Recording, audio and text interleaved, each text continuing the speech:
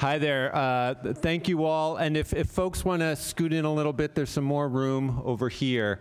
It's great to see everybody here this evening, such a huge crowd. My name is Bruce Suttmeyer. I'm Dean of the College here at Lewis and Clark. And it gives me great pleasure and it's a real honor to welcome everybody to the keynote lecture of the 21st Annual Environmental Affairs Symposium here at Lewis and Clark. These symposia date back to the first years of environmental studies here at Lewis and Clark back in the late 90s when Professor Evan Williams started the program and built this broad interdisciplinary structure encompassing the natural sciences, the social sciences, and the humanities. And really that work of drawing in and connecting disparate disciplines really has continued ever since. And to really get what gives such value to the program, the symposium this year and the talk this evening with Daryl Davis really exemplifies the broad reach and, as the title of the symposium suggests, the crossing of boundaries that gives such richness to the work that the program brings to students and that it gives to the institution more broadly. I'd be remiss tonight if I didn't thank the professors who help put all this together and do such great work every day. Professors Jim Proctor, Liz Safran, and Jessica Kleiss. Also the students and staff, Laura and all the students who worked so hard. An event like this takes an enormous amount of work and a lot of details, and I'd really appreciate all the work that they did to put it together. And thank all of you for coming. This is a great turnout. Thank you for inviting me and letting me be part of the discussion today. So without further ado, I'll turn the podium over to Professor Liz Safran.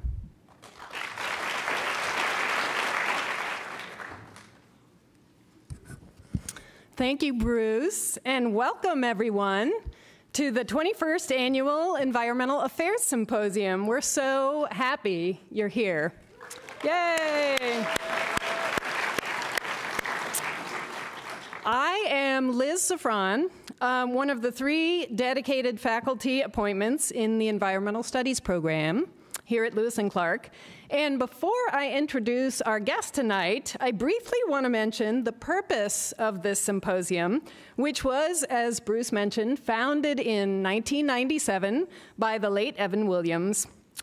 The other day, I overheard 2 students commenting on one of the many posters we have up around campus advertising this event. They were excited about Daryl Davis's visit, but one of them said to the other, "What does this have to do with environmental studies?" And the other one said, "I have no idea." And I thought, that's our job, right there. We live in Portland, Oregon, a city known for its environmental priorities, and we work at Lewis and Clark College, a school with a green reputation. There are environment-related events happening around town all the time. Our job and challenge as a scholarly program hosting a public event is to add value to the mix. The way we do that is by drawing connections that may not be self-evident and by exploring what fresh opportunities a more inclusive view of environmental studies might offer for addressing our urgent environmental problems. For this reason, we've titled our symposium Environment Across Boundaries, or ENVX. This year, the symposium features this main event in the fall and a smaller event in the spring as we experiment with extending the interesting conversations and experiences of crossing boundaries through the academic year. The student organizers of this event are enrolled in our environmental engagement class, which seeks to connect what students are learning in their classes with people through engagement. Especially engagement across difference, and especially through dialogue. Please stand if you're currently taking environmental engagement or if you took it last spring, and be recognized for your contributions to organizing this event.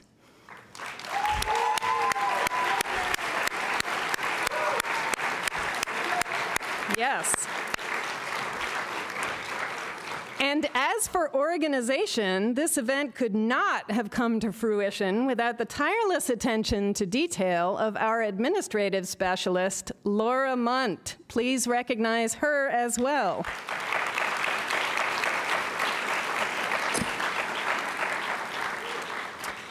Given this background, Daryl Davis was a natural choice for a symposium speaker. He epitomizes crossing boundaries and engagement across difference. Mr. Davis is a blues and R&B musician who earned a Bachelor of Music degree from Howard University and has performed with Chuck Berry, Jerry Lee Lewis, Muddy Waters, B.B. King, and many others. He's also an actor and author. Born in Chicago, Illinois, Mr. Davis spent his early childhood years in various countries, as his father was a Foreign Service officer for the Department of State.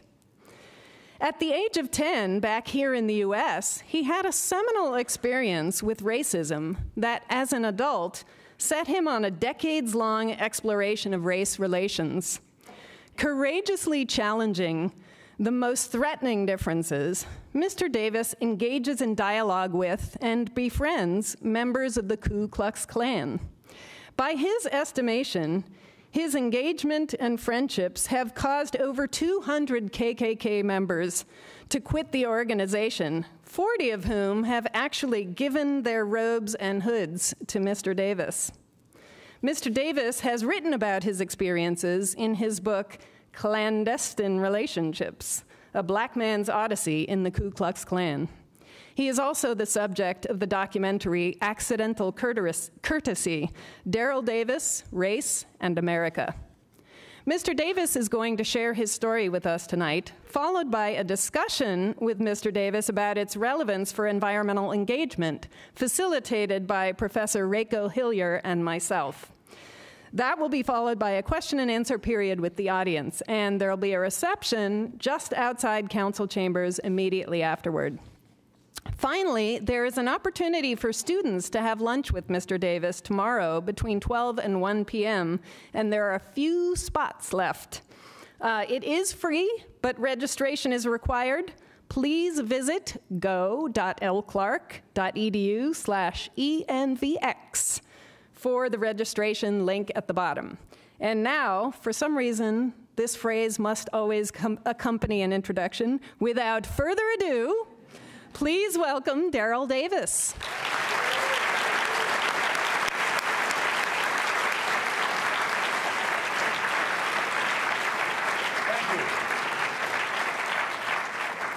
Thank you all very much. Not my first time here in Portland, but my first time here at Lewis and Clark.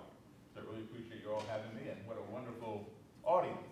So this lecture tonight is more about communication and how we all have that need to communicate and how it's going to help with the environment or any situation which we have. I'm going to use some extreme measures of communication to demonstrate how successful it can be.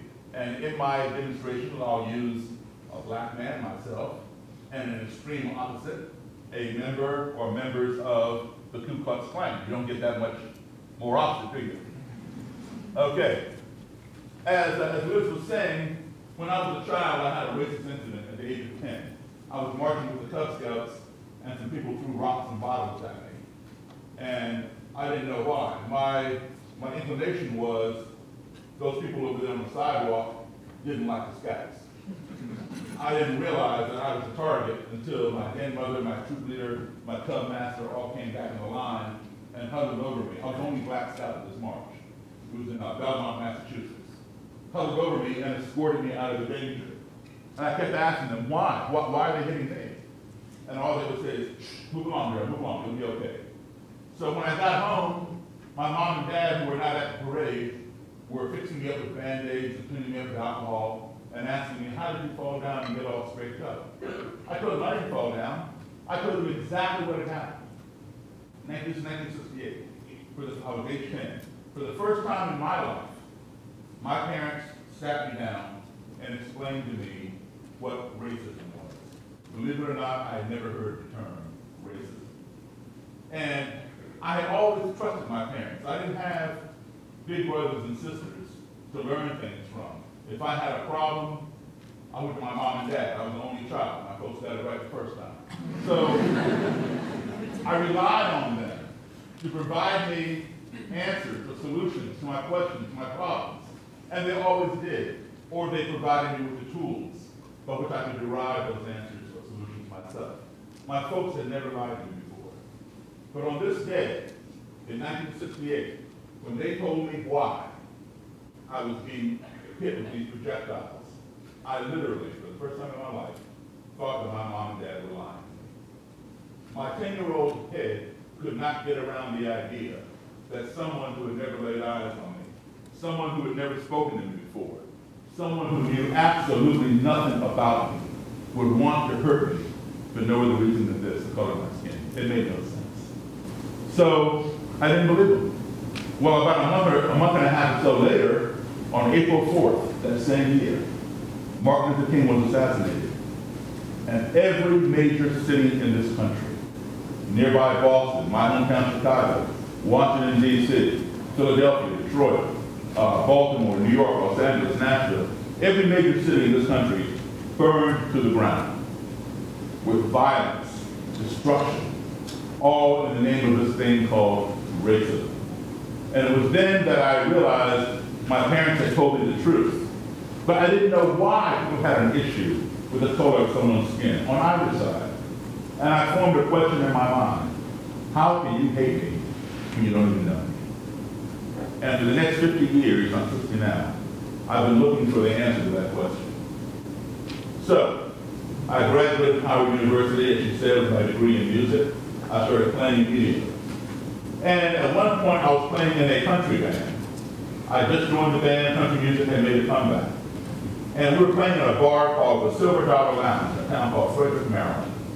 The Silver Dollar Lounge was an all-white lounge, and this was back in the 80s. Now, when I say all-white, I do not mean that blacks could not go in there. But blacks did not go in there by their own choice. And it was a good choice, because they were not welcome. Well, here I was in the Silver Dollar Lounge. Now, the band had played there before. I never played there, I just joined the band. So I was the only black guy in the band, only black guy in the lounge. And after the first set, I'm coming down off the stage, walking to go sit with the band at a table, take a break, and a white gentleman came up behind me and put his arm around my shoulder. Now, I don't know anybody in there, right? And I see the whole band up there. I turn around and see who's touching me. And this guy says, man, I really like your all's music. I said, thank you, I appreciate that. Shook his hand. Then he points to the bandstand and says, I've seen this here band before, but I have never seen you before. Where'd you come from? I explained, well, yes, the band has played here before, they told me, but this is my first time here. I just joined the band a couple months ago. He said, well, man, I really like your piano playing. This is the first time I ever heard a black man play piano like Jerry Lee Lewis. Now, for those young people in here who don't know who Jerry Lee Lewis is, if you listen to the Oldies but Goodies station, you might have heard a song called Great Balls of Fire, or A Whole Lot of Shaking Going On, comes from the 1950s. Jerry Lee is a great rock and roll, rockabilly piano player. And that rocky style that you hear in those songs, that's Jerry Lee Lewis. Well, I said, I was not offended when he said that, and I wasn't trying to be facetious. But I said to the guy, I said, where do you think Jerry Lee learned how to play that style?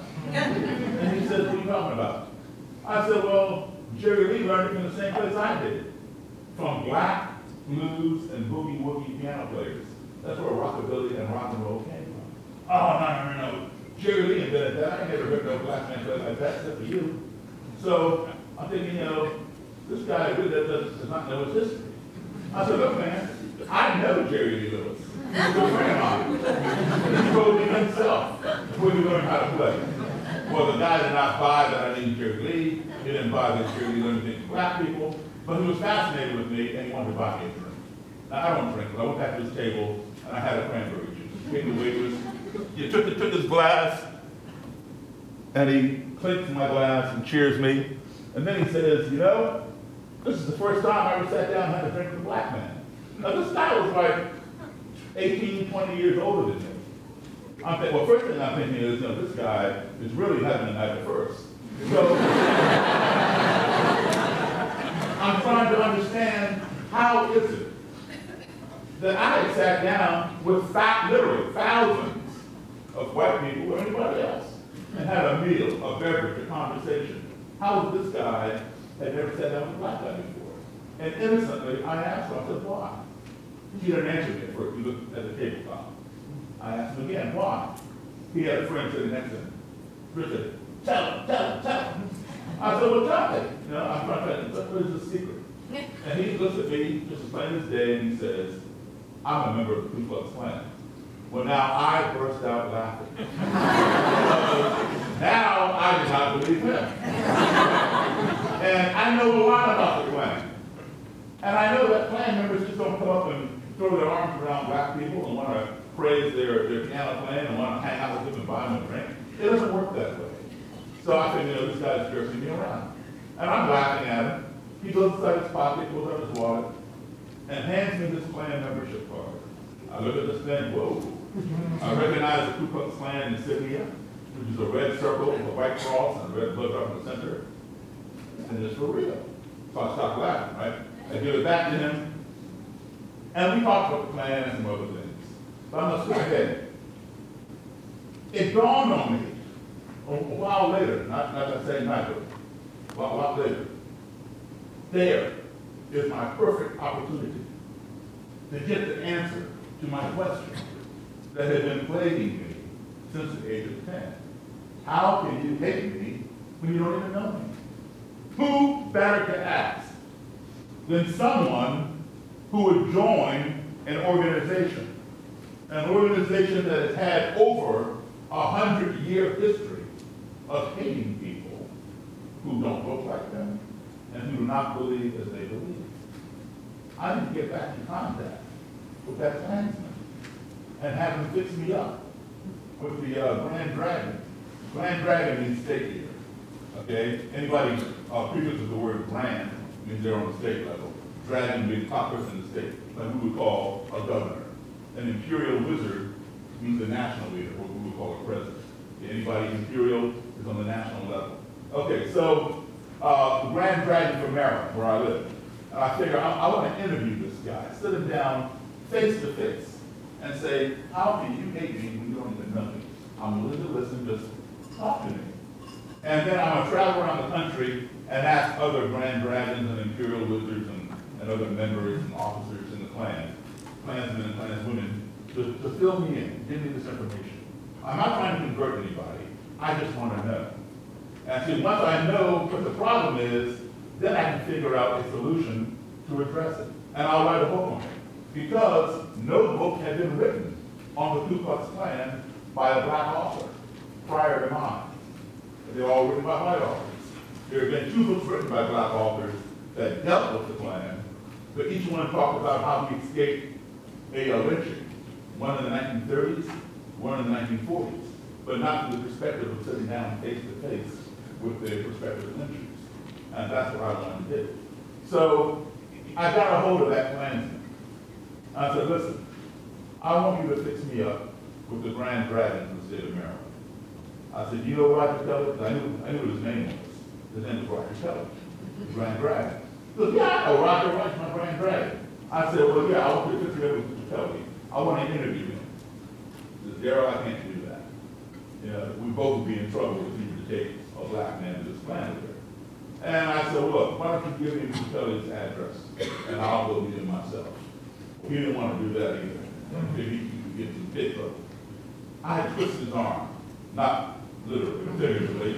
And finally, he gave me Mr. Kelly's address and phone number on the condition that I not reveal to Mr. Kelly where I got his personal information. I said, okay.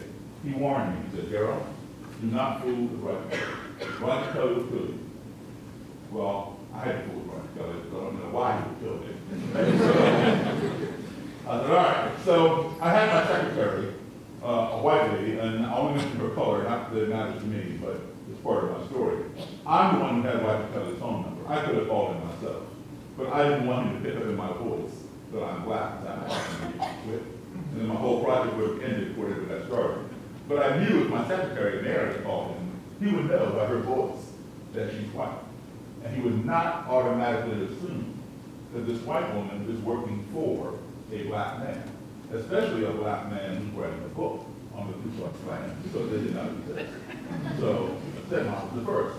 So that might increase the odds that he would agree to meet me. And I told her, do not tell Mr. Kelly that I'm black. If he agrees to the meeting, he'll figure that out when he sees me. Right? So he's not blind. He'll be in the Klan, he's not blind. So at any rate, I said, if he does ask, don't lie to him, but don't give him the ask. So she called, he agreed to the interview. We set it up for 5:15 on a Sunday afternoon at the motel right above the Silver Dollar Lounge, down in the basement of the motel, right? Mary and I got there several hours early. I gave her some money, sent her down the hall to get some soda pop out of the machine, put it in the ice bucket filled with ice, so I would have some cold, beverages to offer my guests when he arrived. I had no idea what this man was going to do when he saw me. Would he walk in my room and do the interview like he promised? Or would he attack me? Or would he say, no, I'm not talking to you, and turn around and walk away? In any event, I wanted to be hospitable and offer him a cold beverage. So we got the soda pop. Now, the way the room just happened to be, if you folks are out in the hallway of this motel, and the doorway is here, you must walk through the door, turn to your right, and the room is laid out back here. So you cannot see who's in the room if you're standing in the doorway in the hallway. You have to come in, turn around the corner, and then you see who's in the room.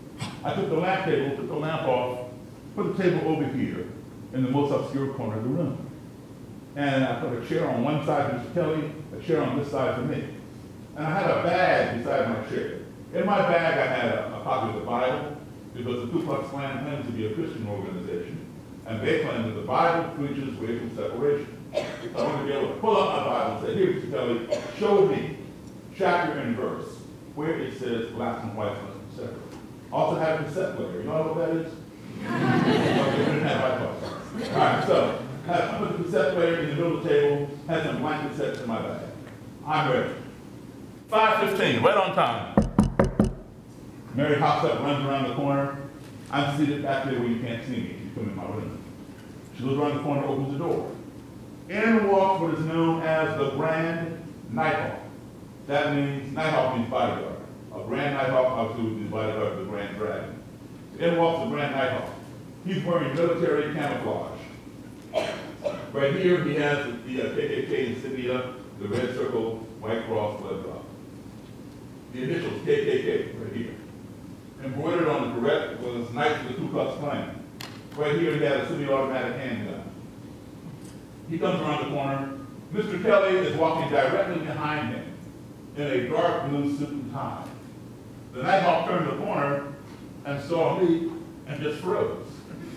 Well, Mr. Kelly did not realize that his bodyguard had stopped short, and he slammed into him. And they got knocked forward, they're stumbling around, regaining their balance. And they're like looking all around the room. And I'm just sitting there at my table, watching them. And I could tell what was going on. I could read in their faces. They were thinking, did the desk clerk give us the wrong room number, or did we misunderstand the room number, or is this an ambush? I could see the apprehension. So I stood up, and I went like this, to show I had nothing in my hands. And I walked forward. I said, hi, Mr. Kelly, I'm Daryl Davis. He shook my hand. So far, so good. The Nighthawk shook my hand. I said, come on in. Have a seat.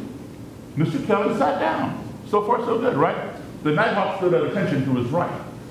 And before I could sit down opposite him, Mr. Kelly said to me, Mr. Davis, do you have any form of identification? I said, sure. I gave him my driver's license. He said, oh, you live on such and such street in Silver Spring. Well, now that had me concerned. Why is he reading my street address? And is he going to come to my house and burn a cross? All he needs to do is look at my name, look at my picture, look at me, match it up, and give me back my license. Here he is calling off my street. So I did not want to let him know that I was a little concerned by that. But I wanted to let him know, don't plan on coming to my house visiting me with any nefarious activity. So I said to him, I said, yes, Mr. Kelly, that is where I live. And you live at And I named his house number. That way, I was leveling the playing field. I was implying, if you come visit me, I might come visit you. So we're not confine all this business to this hotel room. So he nodded his head, he understood, and we got on this interview. And I did not find out until many months later that I had been presumptuous. I had no reason to fear Mr. Kelly coming to my house and doing anything, unwanted. What it was that he recognized my street because Mr. Kelly had to drive down my street to one of his Klan members' houses who lived not too far from me. I had no clue. So it was just pure coincidence he recognized my street. And I had no way of knowing that particular day. Many months later, I found out. That particular Klan member now sits in a federal prison in the state of Maine for committing a hate crime. He's there for a long time. So anyway, we got on this interview. Within a few minutes, Mr. Kelly let me know that I am inferior, that my brain is smaller than white people's brains, black people's brains are smaller, we are prone to crime, we're lazy, we don't want to work, we try to build the government welfare system. Every stereotype you can imagine, I heard. But was I getting angry that I wanted to reach across and smack him? No. Okay? Why? How could I contain myself doing all this? Because I knew that, yes, he believes that. But he's not talking about me. How can he be talking about me when he just met me 10 minutes ago? He doesn't even know me. Okay? I don't have a criminal record. I have never been on welfare. I work. I'm a musician full time. Get paid to work too. How about that?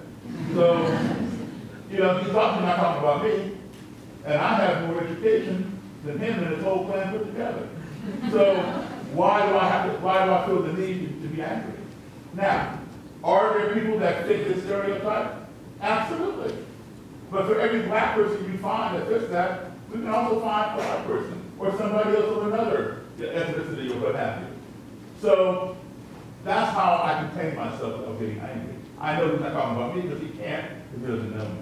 But I let him go on and on. Now, every time he would say, Mr. Davis, the Bible says, I reach down, pull out my Bible out of my bag, said, here, Mr. Kelly, show me chapter and verse where it says that.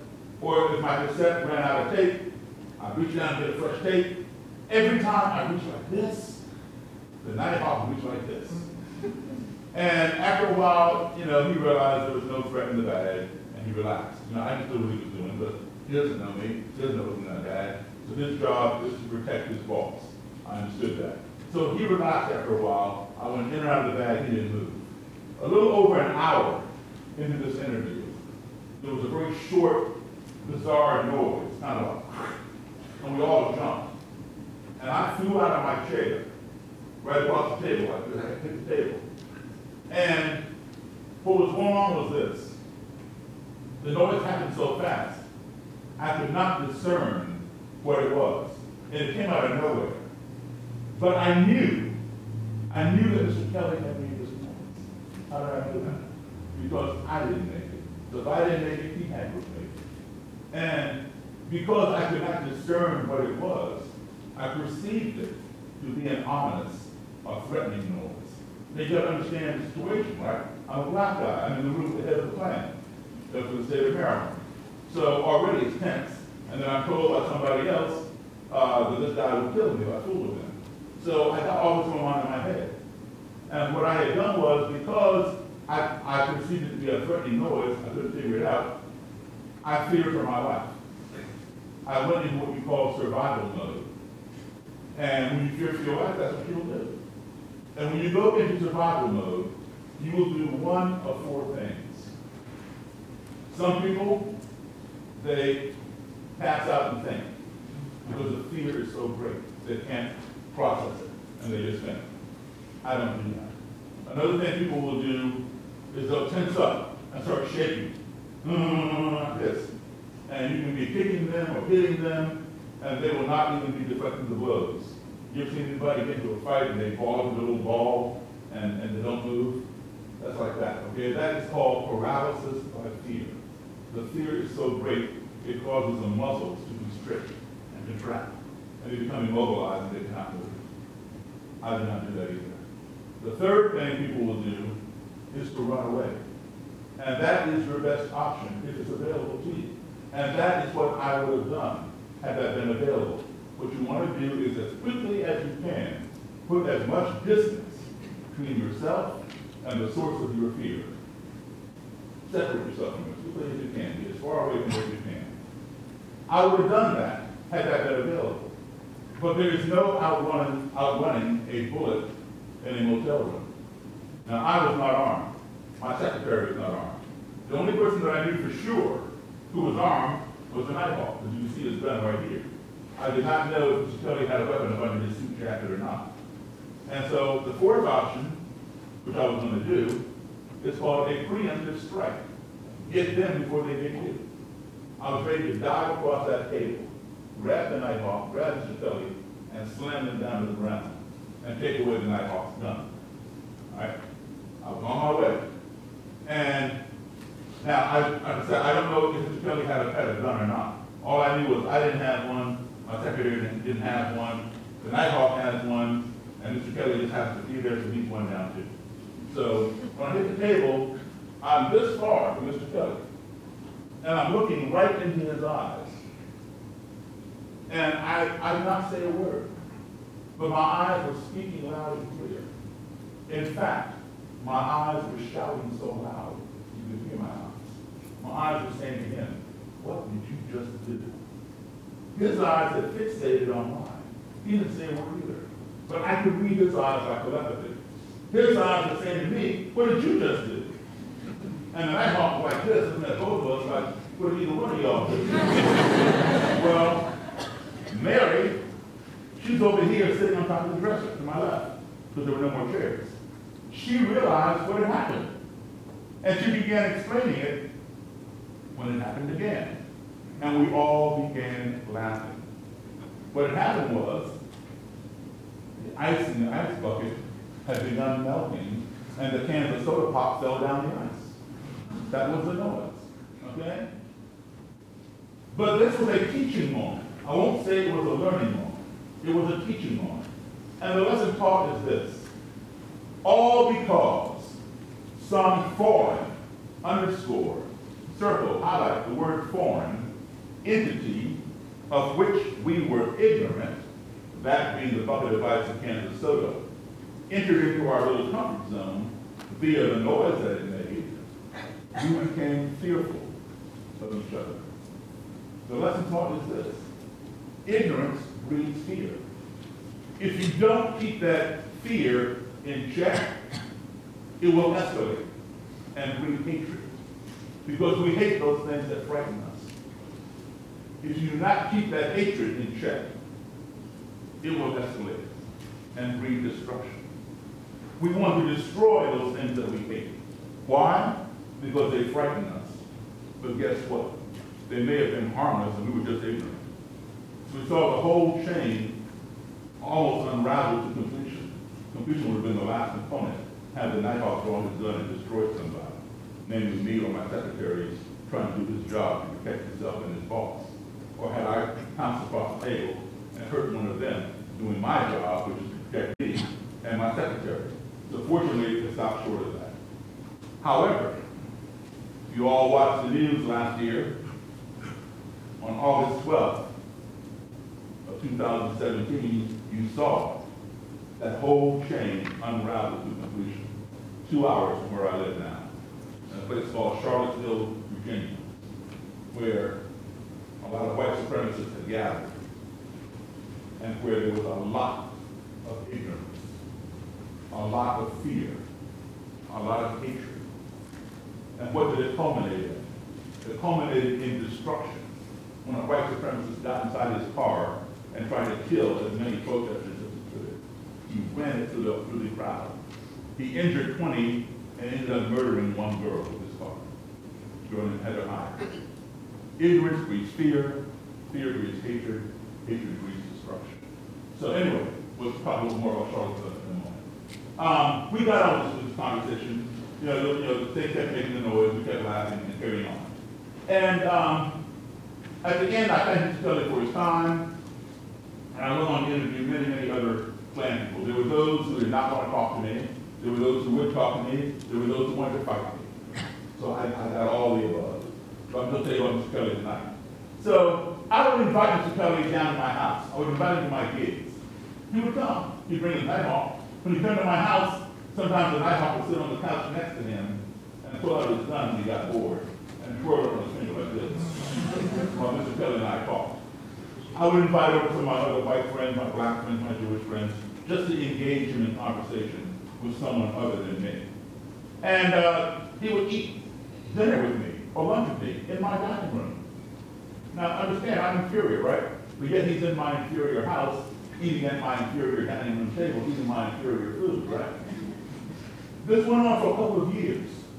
He did not invite me to his house. But by the end of a couple of years, he was coming down to my house by himself.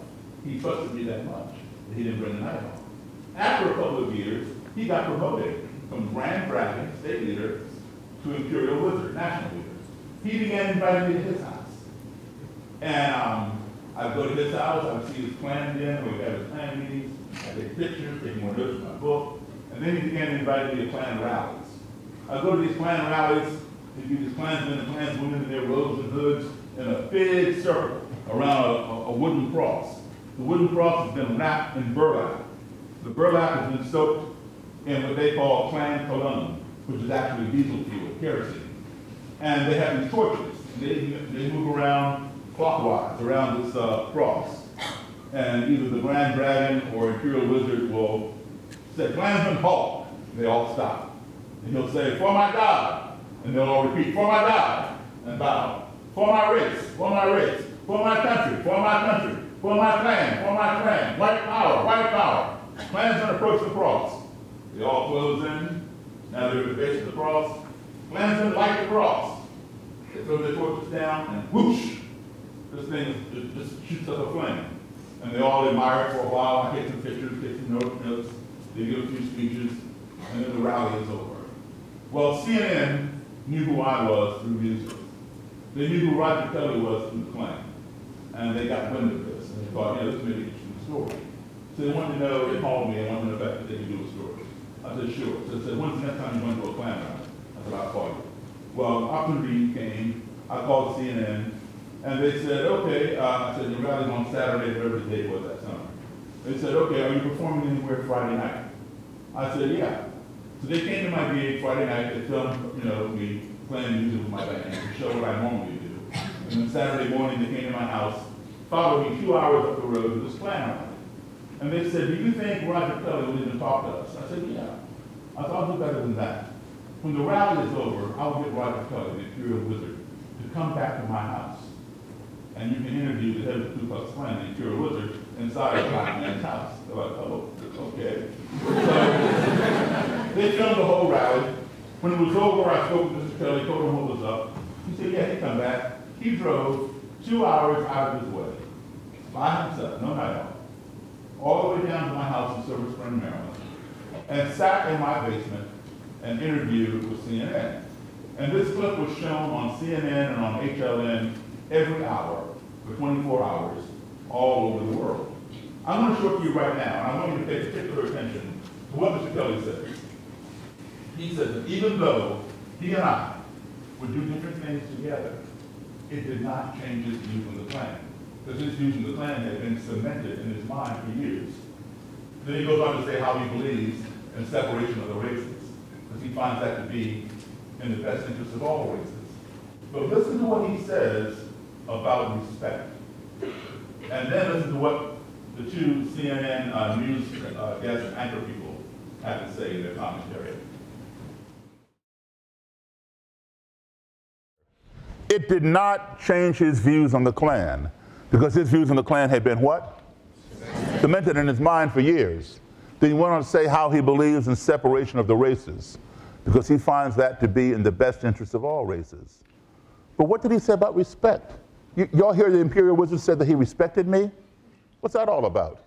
When I first met him, I was inferior. I had a tiny brain, and I was a criminal and on welfare and stuff. But now he respects me. What he said was, we may not agree on everything, but at least he respects me to sit down and listen to me, and I respect him to sit down and listen to him. Very, very important.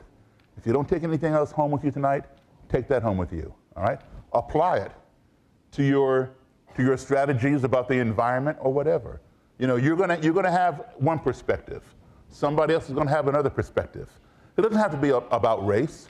It could be, let's take race off the table. It could be about the environment. It could be about global warming. It could be about abortion. It could be about the current presidency. It could be about the war in the Middle East. You guys are on one side, somebody else is on the other side. Give your adversary a platform. Allow them to air their views. If you agree with them, fine, no problem. If you don't agree with them, it's still fine, no problem. You challenge them, but you don't do it violently and you don't do it rudely. You do it intelligently and influentially. Excuse me, because at the end of the day, you each must think about what the other person said and weigh it.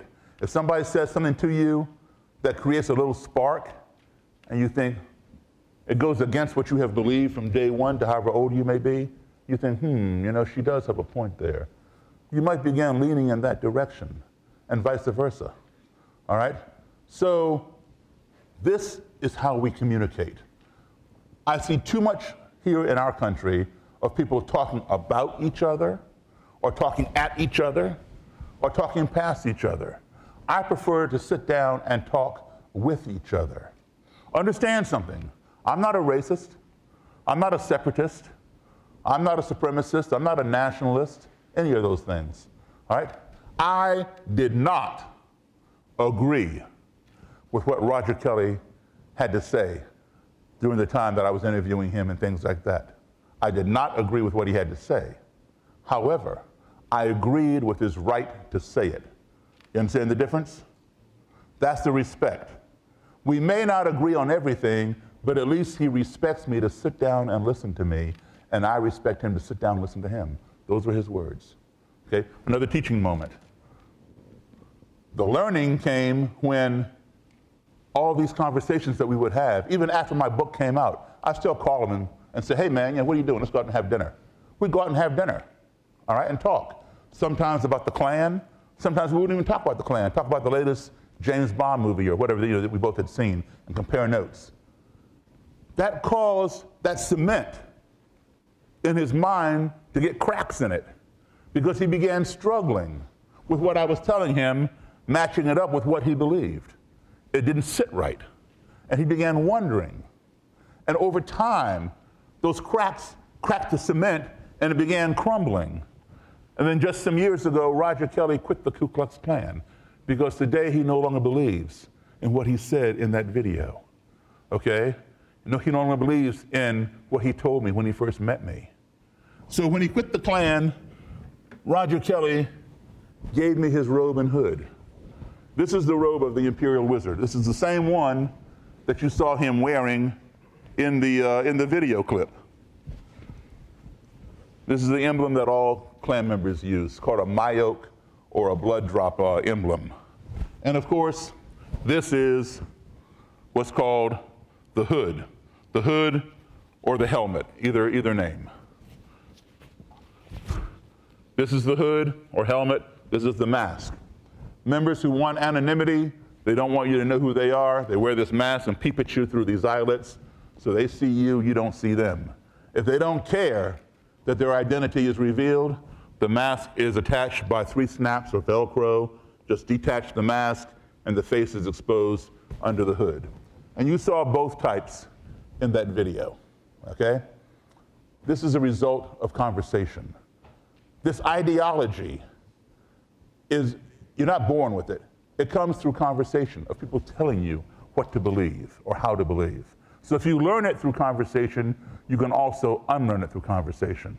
Now, real quick, how many of you all saw a lot of the violent footage from Charlottesville last year? Oh, everybody. Okay.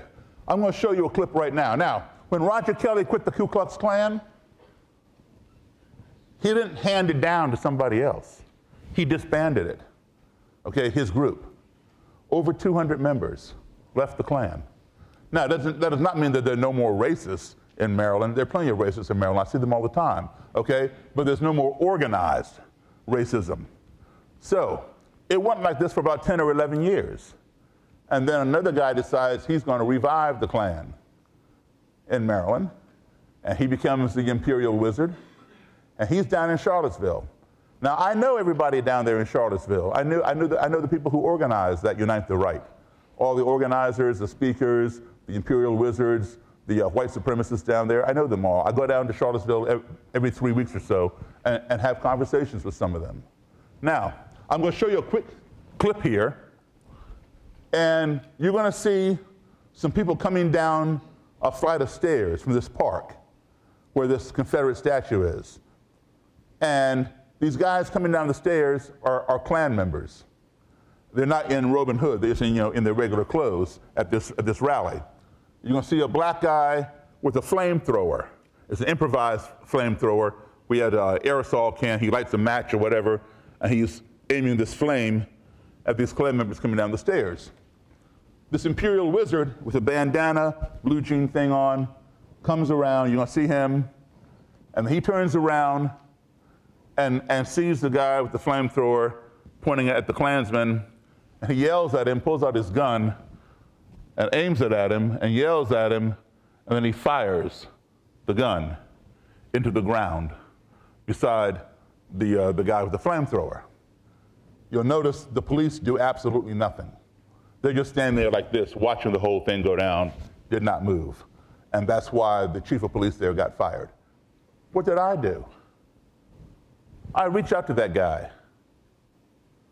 I said, look, we got to talk. There's no reason to behave like this. We need to get together and talk. I took that guy, I took him downtown to D.C. He lives just north of Baltimore. I took him downtown to D.C. to the Smithsonian new museum, the National Museum of African American History and Culture. And I had him tour the museum with me, he and his Klanswoman fiance. Now, 2 weeks later, he's getting married to that Klanswoman fiance. We had developed a relationship. She asked me if I would give her away at the wedding. He wanted that as well. I said, okay. This is me walking her down the aisle. Okay?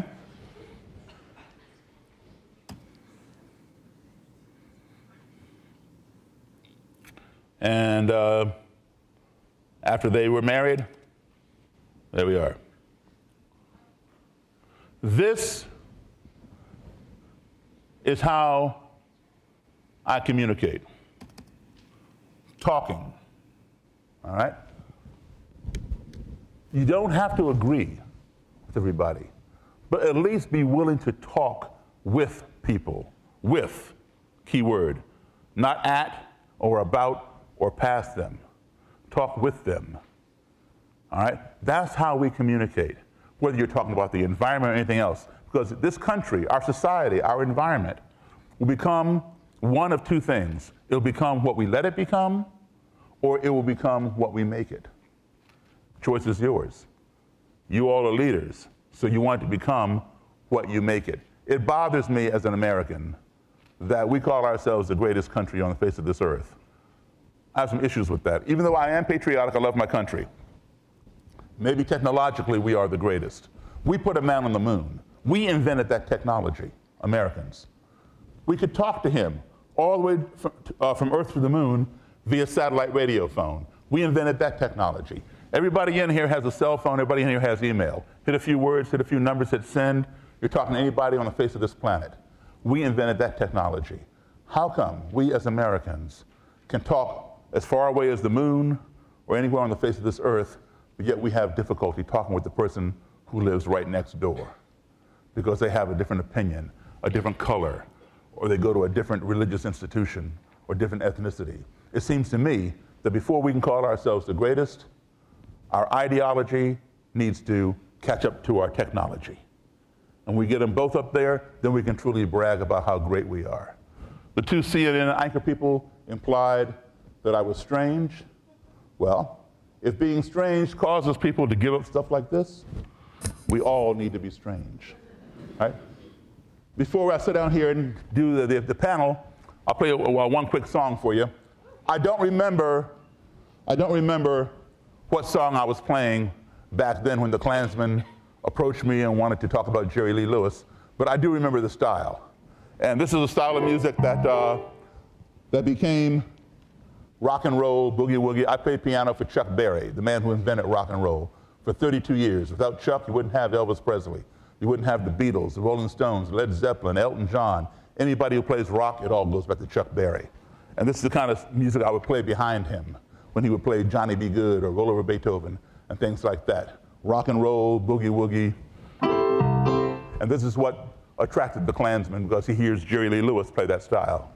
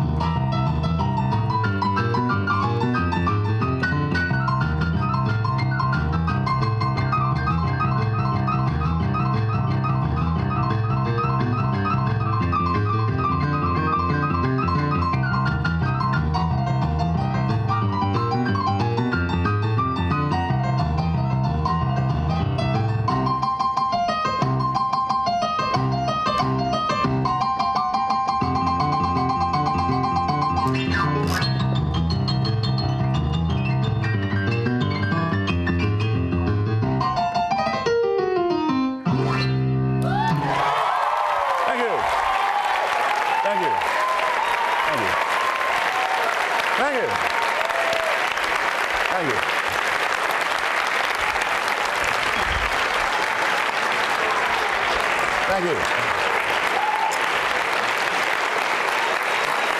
Thank you.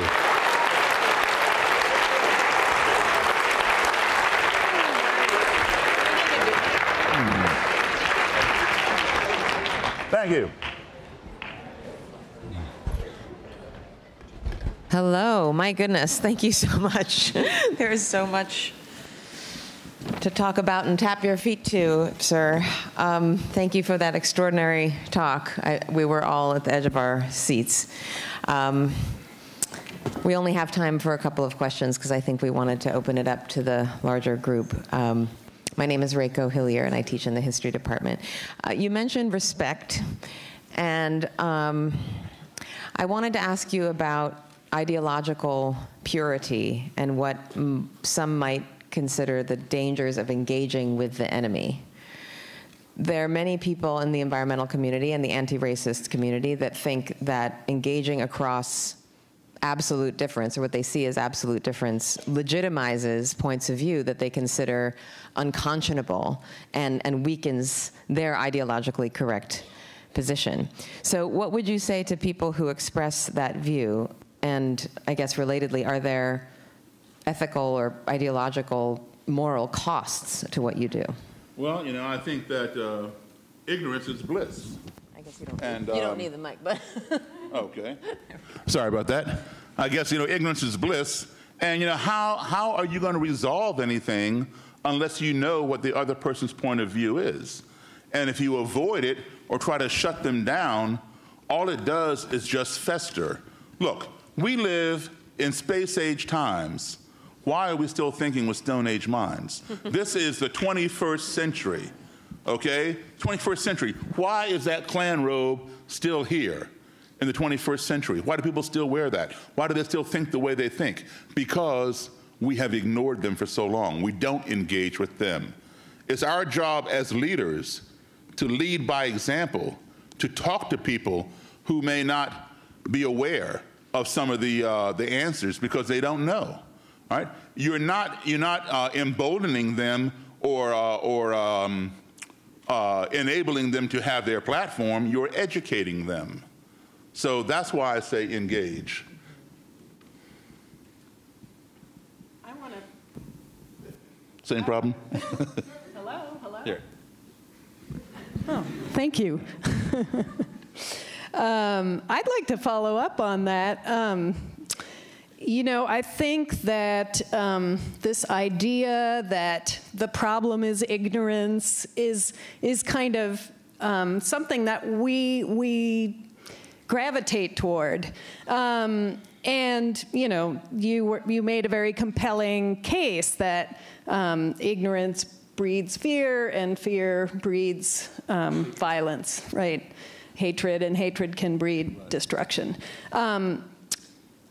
And yet, we also have these instances, or where we know, let's say in the case of climate change debate, that more information does not really change things, right? It does not persuade people who don't believe in climate change. So sort of data and rationality have their limits and don't sort of succeed in changing people's minds. So how do we reconcile these two ideas? I think that it's not so much the data. Yeah, the data is there that offers the evidence of the existence or non-existence of someone's perspective, okay? But I think it's how the data is disseminated, you know, how it is taught determines how people learn it and how they accept it.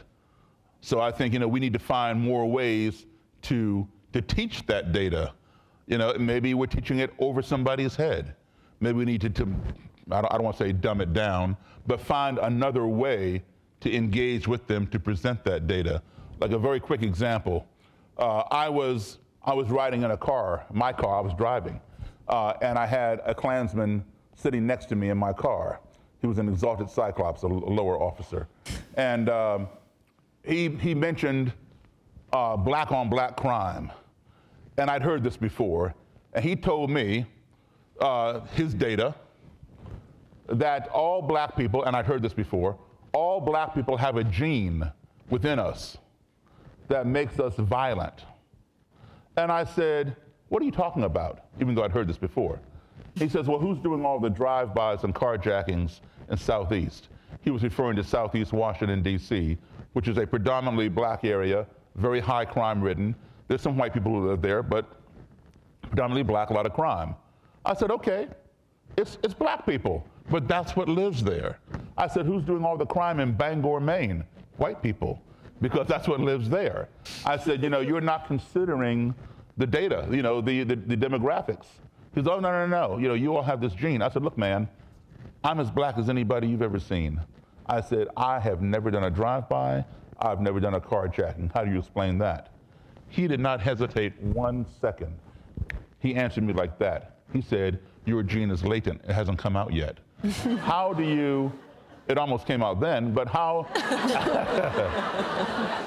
do you argue with somebody who is that far gone? You can't even bite into that, even chew on it. And that's what you're talking about, where, you know, you can't even persuade this person. So I was speechless. And he's sitting there all smug, you see? And I thought about it for a second, and so I presented an analogy. I presented my data. I said, well, you know what? We all know that all white people have a gene within them that makes them a serial killer. And he says, well, how do you figure? I said, well, name me 3 black serial killers. He couldn't do it.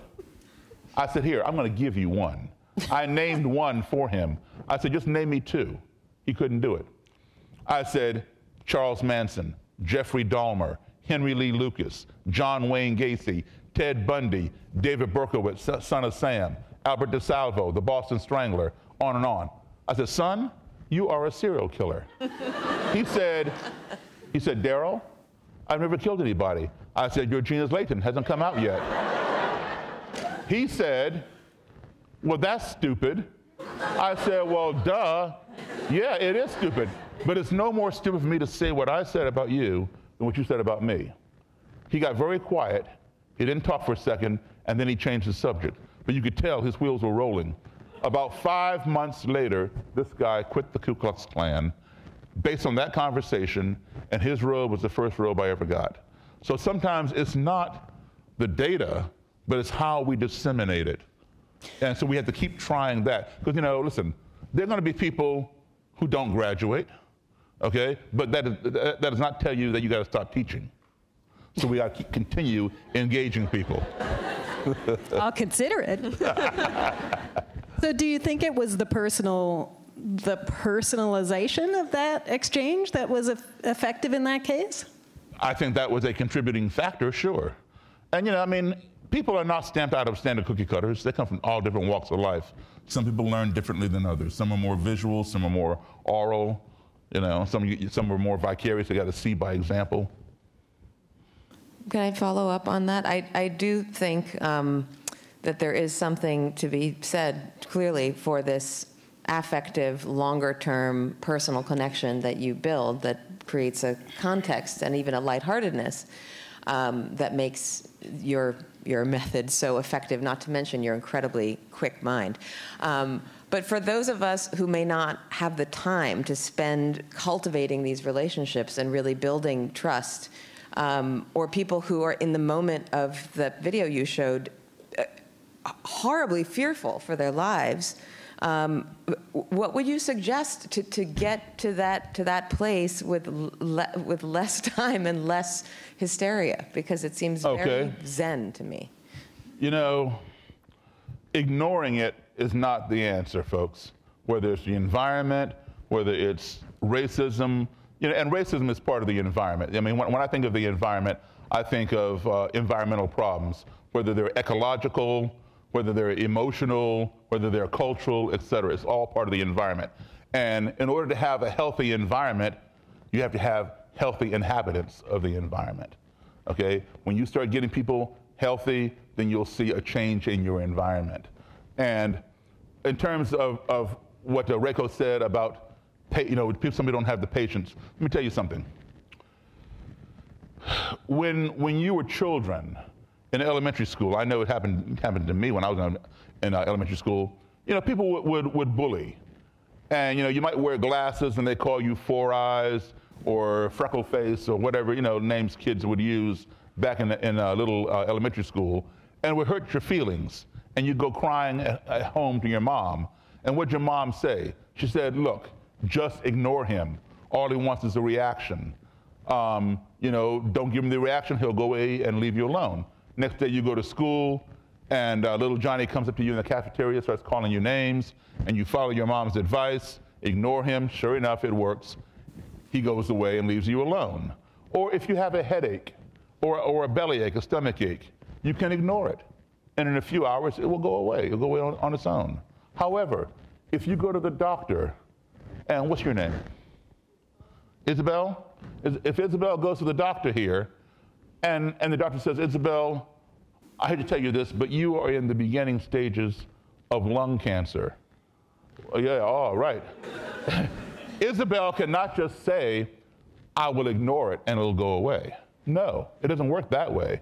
Okay, if Isabel ignores it, what's it going to do? It's going to metastasize and spread and consume Isabel's body, and then Isabel will go away. So at the first sign that you have cancer, you must immediately attack it to, at best, eradicate it, or at the very least, put it into remission. Racism, discrimination, anti-Semitism, problems with the environment that are destroying our environment are not the elementary school bully or the bellyache or the headache. We must address them immediately, okay, so that we can contain them and straighten them out. So ignoring it and thinking that, yes, there will be people who will never change. I know that. Some people will go to their graves that I deal with being racist, hateful, and violent. There is no changing them. But if somebody is willing to sit down and talk, no matter how steep they are in their beliefs, that's a step. That's a step, okay? Because you know what? When two enemies or opposites are talking, they're not fighting, they're talking, all right? And it's when they might be yelling and screaming, but at least they're talking. It's when the conversation ceases that the ground becomes fertile for violence. So keep the conversation going. I'd like to maybe wrap it up with one last question that maybe relates to that, and that is, can you speak about overcoming fear, overcoming your fear? You engage with people who have every reason to, that you have every reason to believe they're going to do you harm. And, arguably, Some have tried. Yeah. In most environmental conflicts, the animosity is kind of less tied maybe to personal identity, but and maybe arguably less immediately life-threatening, but it is approaching somebody with whom you have conflict is scary. Well, even approaching a stranger is scary. Absolutely, and I think this is why, this example is so pertinent, because I'm using an extreme opposite, where there can be a lot of violence. It could even be death. All right, you're putting yourself into a situation where somebody just hates you for even existing because of the color of your skin, or whether you go to a church, a mosque, a temple, or a synagogue. That's all they see. They don't want to hear anything you have to say. You are the enemy. But again, if they're willing to sit down and talk, that is a step. Fear is the greatest weapon known to man. Not a bomb, not a bullet, not a knife, not these weapons, conventional weapons as we think. Fear, all right? Why do these people still exist? Because they evoke fear. People do not want to confront them. See somebody in a Robin Hood walking down the street, you cross over to the other side and go the other way. That fear. We cannot let fear dictate who we are. If we see something is wrong in our society, we see something is wrong in our environment, we must address it, okay? Here's the thing. Martin Luther King said, men hate each other because they fear each other. Men fear each other because they don't know each other. Men don't know each other because they're separated from each other. Folks, we all live in this country together. And as I said, our society, our environment is going to become one of two things. It will become what we let it become on its own, or it will become what we make it. So the choice is yours. We can engage with other people with the knowledge that maybe not everybody will change. But if people are willing to sit down and talk, we can learn from them and they can learn from us. That is the key, not to remain divided. Because if we divide ourselves, it's easy for us to be conquered. But we have to take care of our society and our environment. It's up to us to do that. Thank you so much. I'd like to open it up to the audience now, and we have a few people who are going to run microphones around to people who have questions. So if you have a question you'd like to ask Mr. Davis, please raise your hand.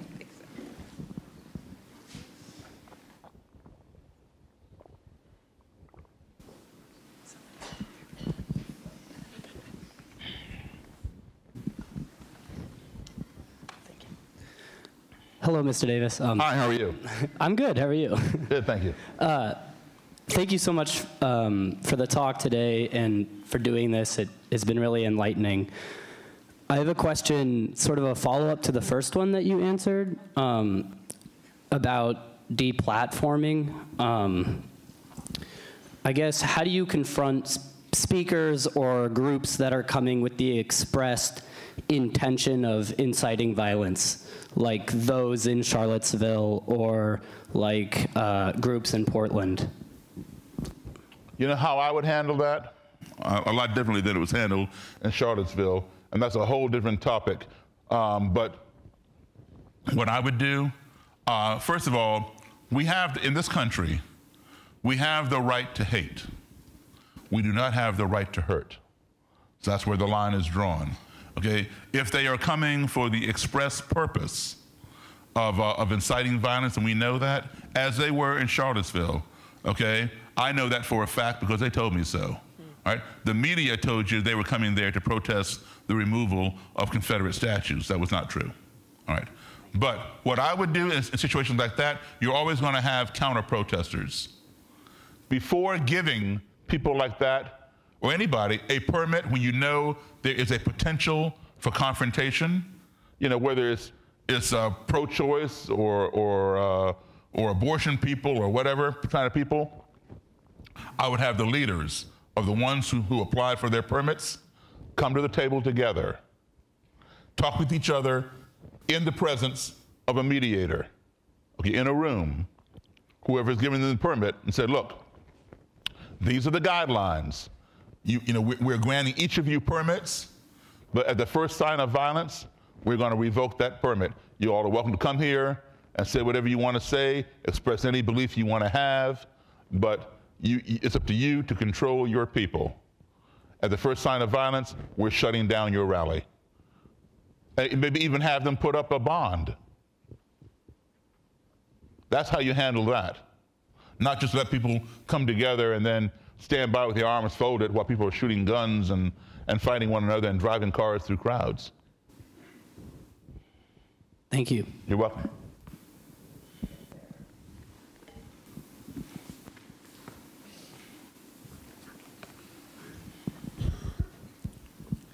Hi, Mr. Davis. Thank you so much. Recently, a report came out from a group of scientists working across the world saying that we have until about 2035 in order to continue to keep the rate of global warming under control to the point where it would not exceed 2 degrees Celsius of a change. There's been reports in the media talking about how important it is that we act now, saying this is a time of crisis for the world and for the environment. But what do we do when people don't listen, and when we put this information out there and we put ourselves out there and nothing changes? How do we think on our feet? How do we change the strategy? How do we get them to listen, not just to hear the information and to move on with their life? I think you put it out there to younger people who are still sponging information and making up their minds, okay? Oftentimes, you know, when you reach a certain age, your mind is made up. It can be changed, but it's a lot harder to change because you're in this rut, in this commonality. So, you know, you're not gonna just change course. But, you know, you start putting it in the minds of young people. You know, we still have time before 2035, all right? Put it in high schools. Start teaching it in high schools, because pretty soon they're gonna be graduating. They're going to college. And it'll be young people who will be leading this country eventually. So these are the ones that you have to influence. They will be the decision makers. But that's not to say that we stop trying to persuade people who are already in positions to make policy and things like that to change. We don't stop, but we have Plan B. We bring in the next generation and give them more information so that they can make informed decisions, because these people are already set in their mindset. Thank you. Mm-hmm. Thank you so much for coming. Thank you for having me. It wasn't me that has you, but yes. I, kind of going off of that question, I was wondering, since there's so much money in politics and politicians can be easily persuaded to move against the interests of the environment, and because the timeline is so short to like lower the degree of the Earth to just 2 degrees centigrade rather than, you know, many more that will certainly happen if we don't get climate change under control.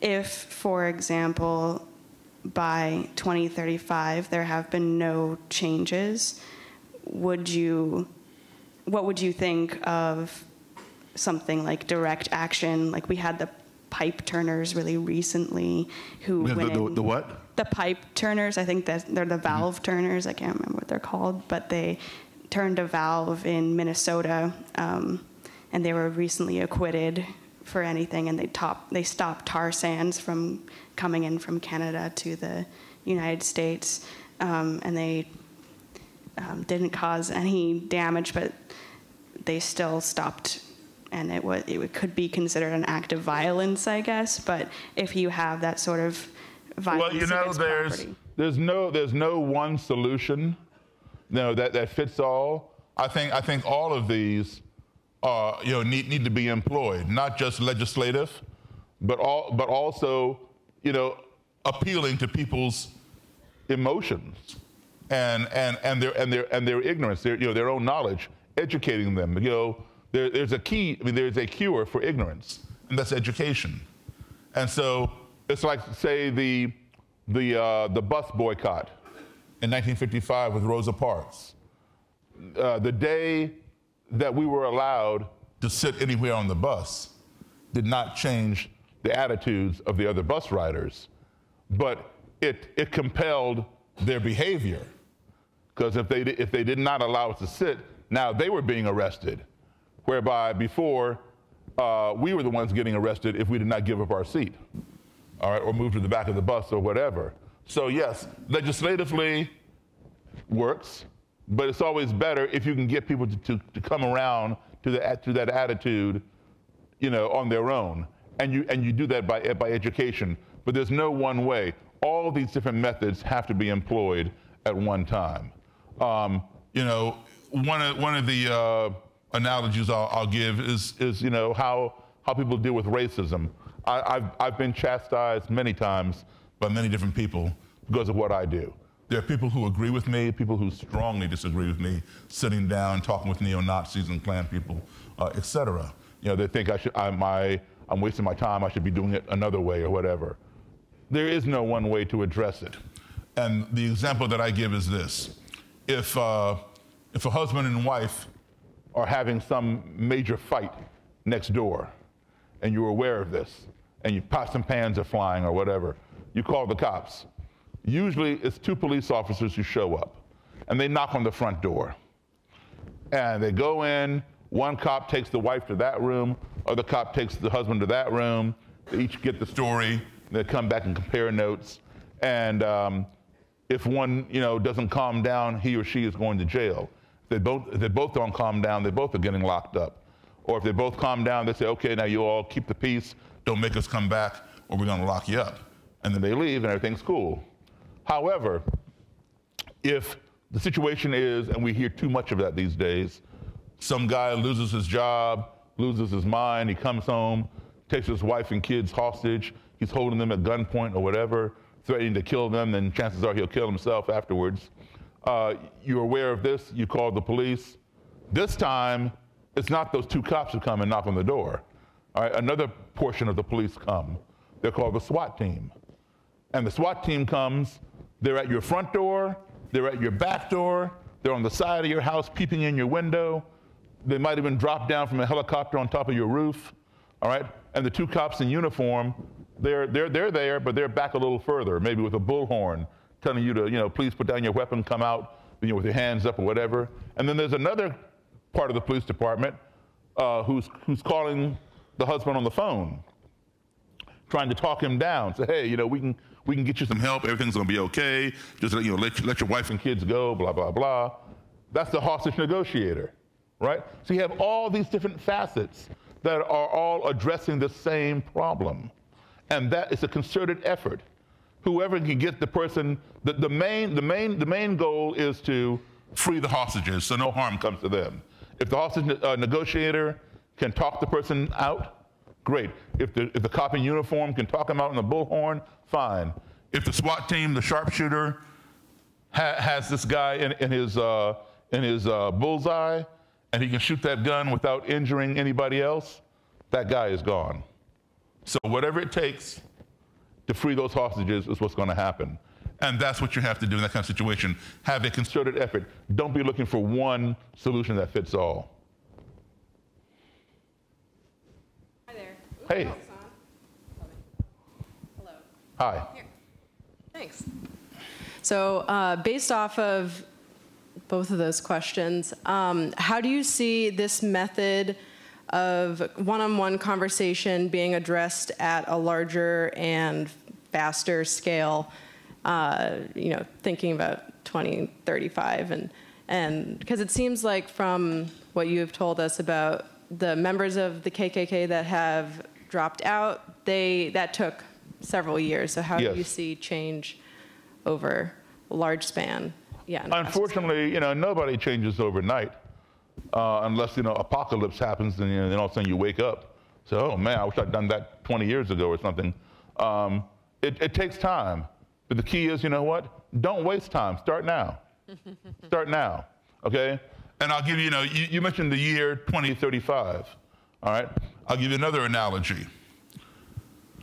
What is troubling to people like I deal with a lot of neo-Nazis and KKK kind of people. What they keep telling me is, Daryl, I don't want my grandkids to be brown. They call it the browning of America or white genocide. And that's very disconcerting to them. So they try to legitimize themselves by recruiting, by saying, hey, we're against illegal immigration, come join us. We'll fight it, we'll build that wall, et cetera, et cetera. And what they're talking about are not about people from Canada who are here illegally, or people from the UK or Eastern Europe. We're talking about people from South America or Mexico or West Africa. Because if their son or daughter marries somebody from Canada or the UK, it's no big deal. The grandchild is white. But you let them marry somebody from some other country like that, I just mentioned, oh no, that's a problem. When I was a child, black people in this country were 12% of the population. Native Americans were 1.9%. Hispanics and Asians, 2 and 3%. Whites, 84, 86%. So the biggest nemesis for people like that were blacks at 12%. That's way too much. Today, black people remain 12% in this country. Native Americans have grown to 4.1%. Asians, of course, have grown. Hispanics have surpassed us. They're now at 13%. So if you just take black people at 12, Hispanics at 13, that's 25% non-white. So they're seeing this happen.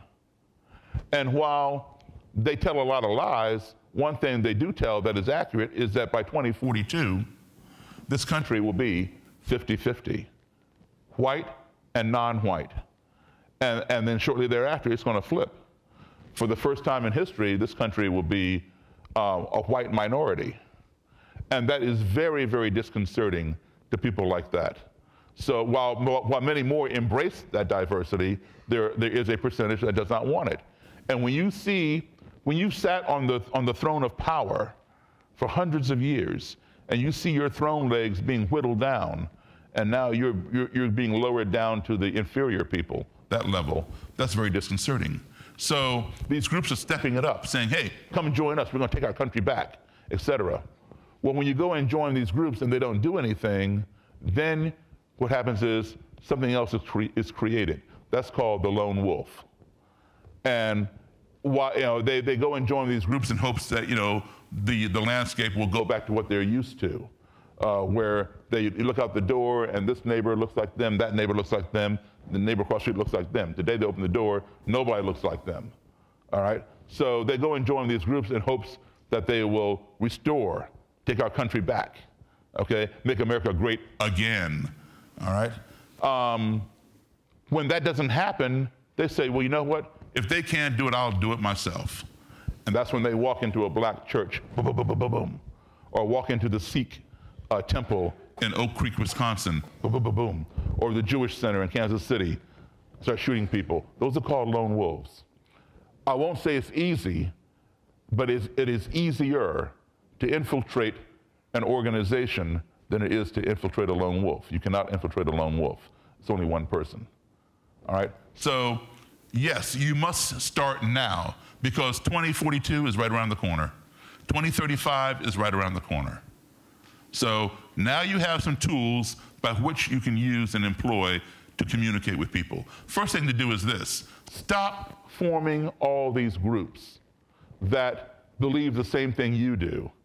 And you meet the second Wednesday of every month and tell people about how bad the environment is. What are you doing? You're preaching to the choir. You're living in an echo chamber. It's getting you nowhere. It's like I see all these anti-racist groups that do the same thing. And I say, well, why don't you invite that racist to come over here and explain why they believe this way? Oh, no, we can't have him over here. Well, it's the same thing. You need to invite the opposite to your table and ask to have a conversation as to why they believe that way, and listen to them, and then they will give you a platform. The first step is to invite the opposite to the table, okay? And yes, there'll be those who will refuse, absolutely, but there will be those who will come. Work with those who will come, and they might influence those who wouldn't come.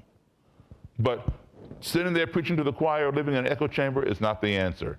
But 2035 is right around the corner. Start now. I'm afraid that we are out of time, but I invite you to join us for a reception just outside of Council Chamber, where you can continue to pick Daryl Davis's brain, which is full of jewels. So let's all thank our guests. Thank you very much. Thank you. Night. Thank you.